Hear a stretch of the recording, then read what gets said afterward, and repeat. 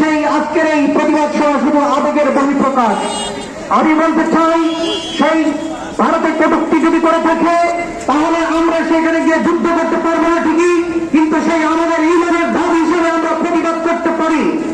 সক্রিয় সুবিধান আমরা এখনো বদরের হাতিয়ার ভুলে যাই নাই, মুসলমানদেরকে তেজুরি ফ্রিমান ভুলে যাই নাই।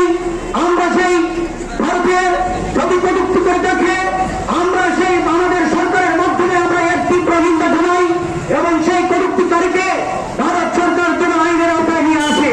শুধু ভারতের মুসলমান জেগে উঠছে, যদি সারা বিশ্বের মুসলমান জেগে উঠে, বদরের হাতিয়ার যদি জেগে উঠে, কারবালার হাতিয়ার যদি জেগে উঠে, তাহলে সেই পুরোহিতরা সেই যে কোনো ব্যক্তি যদি মুহাম্মদ সাল্লাল্লাহু আলাইহি ওয়াসাল্লামকে পটিয়ে কটূক্তি করে ওরা পৃথিবীর বুকে মাথা উঁচু করে কখনো দাঁড়াতে পারবে না ইনশাআল্লাহ।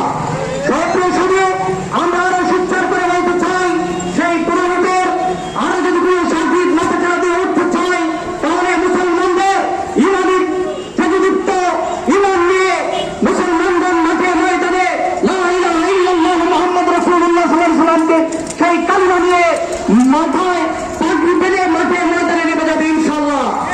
সুতরাং আজকে যারা সেই মহানবী সাল্লাল্লাহু আলাইহি ওয়াসাল্লামকে নিন্দা করে, মহানবী সাল্লাল্লাহু আলাইহি ওয়াসাল্লামকে কটূক্তি করে মাথা চাড়া দিয়ে উঠতে চাই, আমরা মুসলমান হিসেবে আমরা মহানবী সাল্লাল্লাহু আলাইহি ওয়াসাল্লামের উম্মত হিসেবে আমরা এর প্রতিবাদ এবং তীব্র নিন্দা জানাই। সত্যি শুনি আমরা সেই আজকে যদি চুনারগড় তালাবি ইসলামী আজকে এই ক্ষুদ্র পরিসরে আমরা সেই আয়োজন করেছি, আমরা সেই আয়োজন শুধু আমাদের ইমানি চেতনার পরিপ্রকাশ। আমরা সেই এখানের মধ্যে শুধু আমরা সেই তালাবি ইসলামী বা ফুলতলি সাহেব কুতুব রহমতুল্লাহ আলাইহি সংগঠনের নিয়ে আসবো, সেখানে সমস্ত আপাদের মুসলিম জনতা এর প্রতিবাদ জানায়।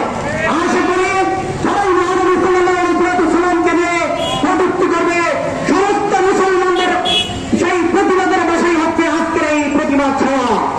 সুতরাং যারাই মাথা চাড়া দিয়ে উঠতে চায় আমরা এর দাঁত ভাঙ্গা জবাব দিয়ে সেই মুসলমান জাতি কখনো পিছপা হবে না, মুসলমান জাতি কখনো মাথা নত করে থাকবে না।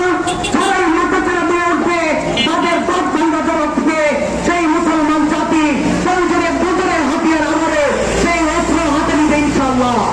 সুতরাং আজকে যারা এই জন অংশগ্রহণ করেছেন, যারা এই জন আয়োজন করেছেন, সবাইকে আমি আমার অন্তরস্থল থেকে মোবারকবাদ জানিয়ে সেই কটূক্তিকারীকে নিন্দা জানিয়ে আমি আমার সংক্ষিপ্ত বক্তব্য এখানে শেষ করছি। মোবারকবাদ সবাইকে, ধন্যবাদ। আসসালামু আলাইকুম রহমতুল্লাহ। ধন্যবাদ। আমরা আমাদের অনুষ্ঠানের শেষ পর্যায়ে চলে